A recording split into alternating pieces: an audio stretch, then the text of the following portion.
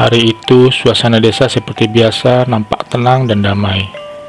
Matahari pagi menyelinap di sela-sela dedaunan, memancarkan cahaya keemasan yang lembut di atas sawah dan ladang. Kabayan dengan sikap santainya, duduk di bawah pohon nangka tua di tepi ladang sambil mengunyah ubi bakar yang masih hangat. Sejenak, ia memandang langit biru yang dihiasi gumpalan awan putih seperti kapas. Dan ia pun bergumam, sambil tersenyum dengan puas. Hidup ini indah sekali, akan tetapi kenapa semua orang-orang repot dan sibuk? Namun kedamaian pagi itu tak berlangsung lama. Dari arah jauh, terdengar langkah kaki tergesa-gesa, disertai suara yang lantang. "Kabayan, di mana kamu?" Seruan itu begitu akrab. Itu suaranya Iteng, istrinya yang cerdas, namun sering dibuat kesal oleh kelakuan Kabayan. Kabayan menoleh santai, tak terganggu sedikit pun. "Di sini, Nyi. Kumaha, ada apa?" Nyi Iteng mendekat dengan napas yang terengah-engah. Wajahnya sedikit kemerahan, tanda ia baru saja menyelesaikan pekerjaan rumah yang berat. "Ari maneh teh nganggur wae, ladang kosong, dapur kosong. Kumaha engke orang hirup kalau begini terus?" Kabayan tersenyum kecil. "Sabar, Nyi. Segala rezeki sudah ada yang atur. Insya Allah, Gusti Allah pasti ngabantu orang." Namun sebelumnya Iteng sempat membalas, sesuatu yang tak biasa terjadi. Seekor burung merpati putih tiba-tiba terbang rendah dan mendarat tepat di depan Kabayan. Di kakinya terikat sebuah gulungan kertas kecil. Lihat, Nyi. Burung ini membawa pesan," ujar Kabayan dengan mata yang berbinar. Dengan hati-hati, Kabayan membuka gulungan kertas itu. Di dalamnya terdapat sebuah peta tua dengan gambar gunung, sungai, dan tanda silang besar di salah satu sudutnya. "Apa ini?" tanyanya Iteng sambil memandang curiga. "Peta harta karun, Nyi. Ini pasti petunjuk dari Gusti Allah. Akhirnya jalan rezeki kita terbuka." Kabayan melompat berdiri penuh dengan semangat. Namun Nyi Iteng tetap ragu-ragu. "Kabayan, jangan mudah percaya. Bisa jadi ini jebakan. Tapi Nyi, bayangkan kalau kita menemukan harta. Kita bisa bangun rumah baru, beli ladang, bahkan bantu warga desa," bujuk Kabayan. Melihat kesungguhan Kabayan, Nyi Iteng akhirnya setuju meski masih merasa cemas. Keesokan harinya, pada pagi-pagi sekali, Kabayan dan Nyi Iteng memulai perjalanan mereka. Matahari baru saja muncul menciptakan sinar oranye lembut yang menerpa jalan setapak di antara sawah. Kabayan membawa peta di tangannya, sementara itu Nyi Iteng memikul keranjang bekal. "Kalau benar ada harta, apa yang mau kamu beli duluan, Nyi?" tanya Kabayan untuk memecah kesunyian. Nyi Iteng merenung sejenak.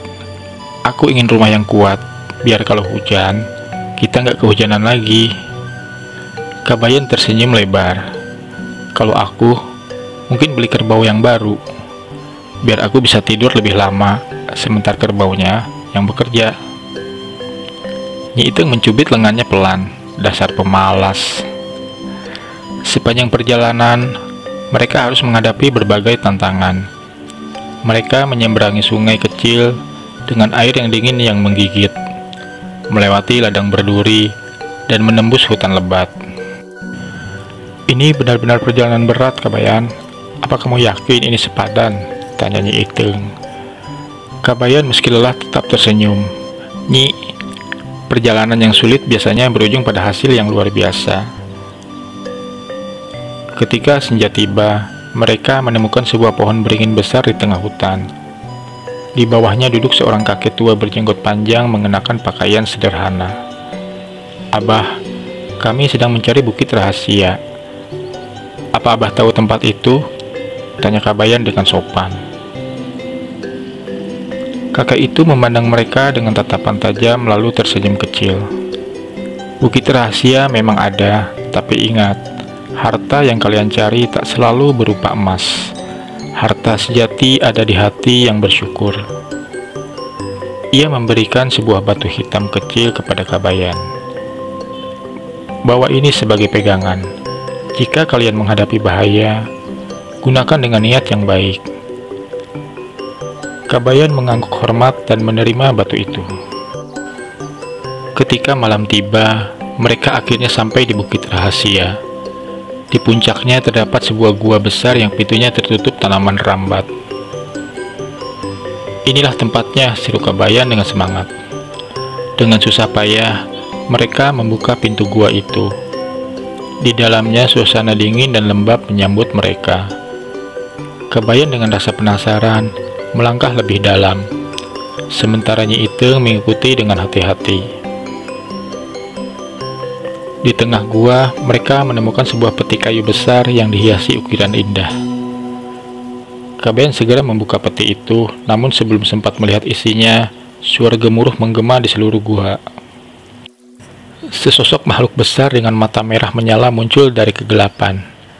"Siapa kalian? Berani-beraninya masuk ke tempat ini?" Kabayan meski gugup mencoba tetap tenang. Ia mengangkat batu hitam pemberian kakek tua dan berkata, "Kami datang dengan niat baik. Kami tak ingin mengambil yang bukan hak kami." Makhluk itu menatap batu hitam itu lalu tersenyum. "Jika niat kalian tulus, bawalah peti ini. Gunakan untuk kebaikan, bukan untuk keserakahan."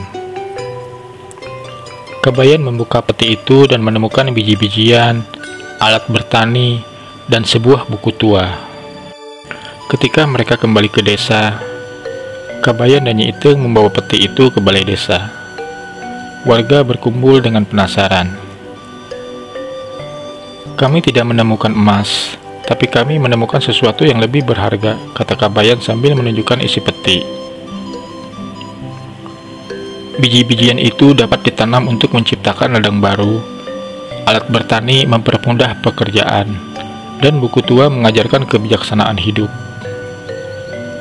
Warga desa merasa terinspirasi oleh cerita Kabayan dan memutuskan bekerja bersama untuk memanfaatkan harta karun itu. Sementara Nyi Iteng tersenyum puas. "Kabayan, sekarang aku percaya, harta sejati memang ada dalam kebersamaan dan rasa syukur." Kabayan tersenyum bangga. "Itu sebabnya, Nyi, hidup tak perlu dikejar terlalu keras. Kadang-kadang, kita hanya perlu melihat lebih dekat." Pesan moral dari cerita ini bahwa kekayaan sejati adalah kebahagiaan yang muncul dari rasa syukur, kerja keras, dan kebersamaan. Jangan terjebak oleh keserakahan karena kebahagiaan tak selalu berupa harta benda.